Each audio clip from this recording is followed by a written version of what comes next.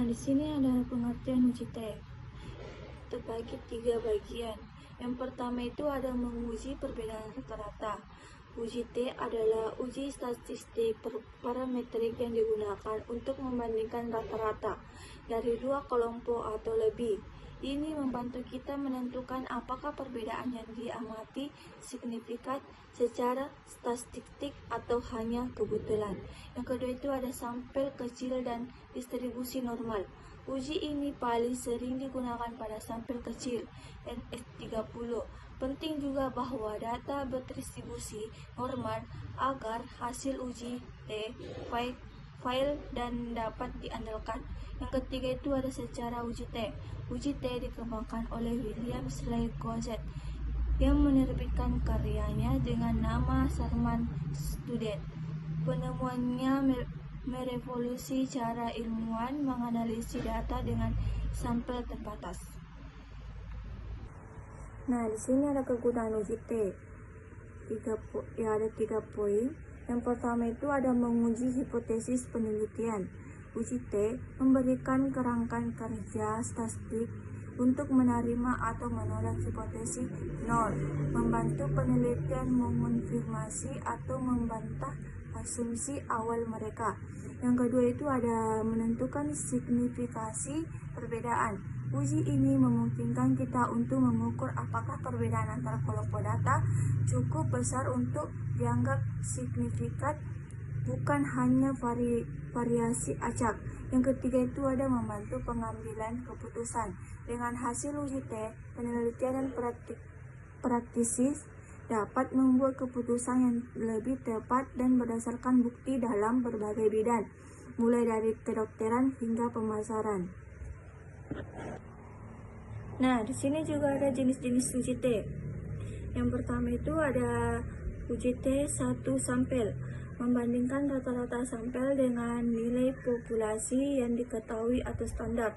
Yang kedua itu ada uji T 2 sampel independen, membandingkan rata-rata dari dua kelompok independen tidak berhubungan.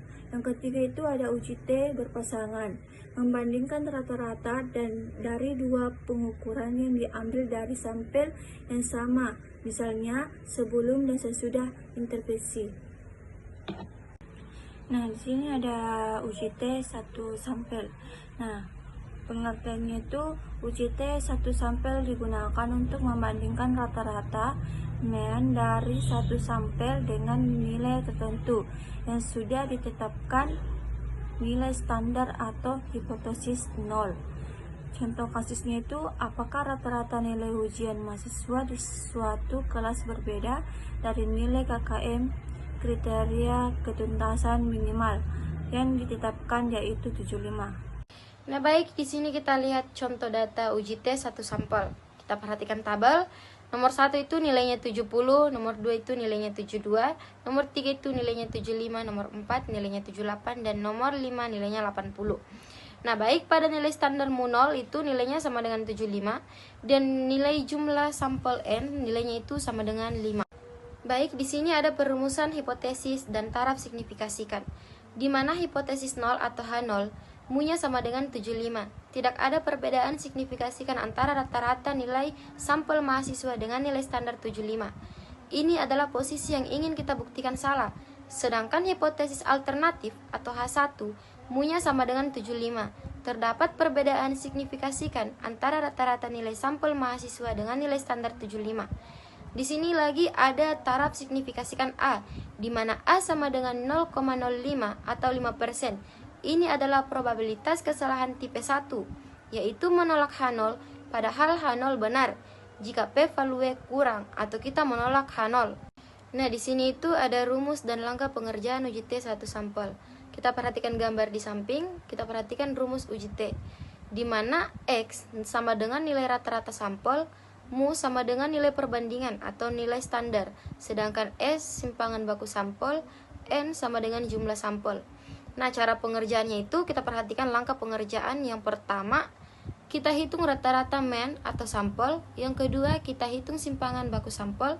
Nah, yang ketiga itu kita substitusi nilai ke rumus uji T.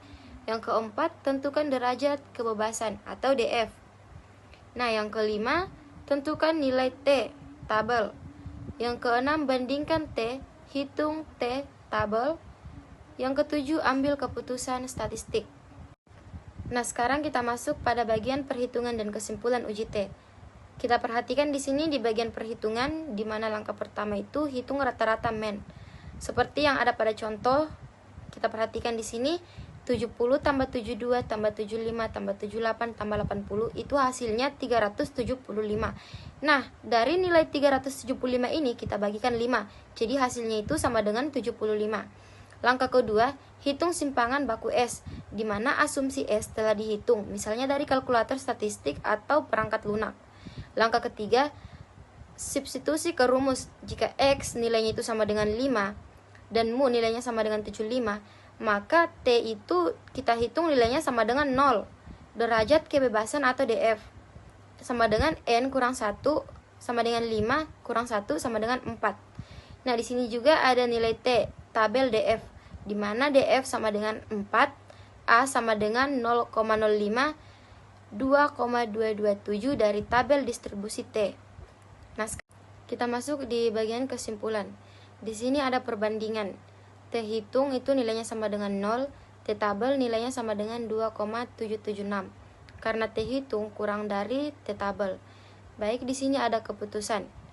H0 itu diterima sedangkan H1 itu ditolak.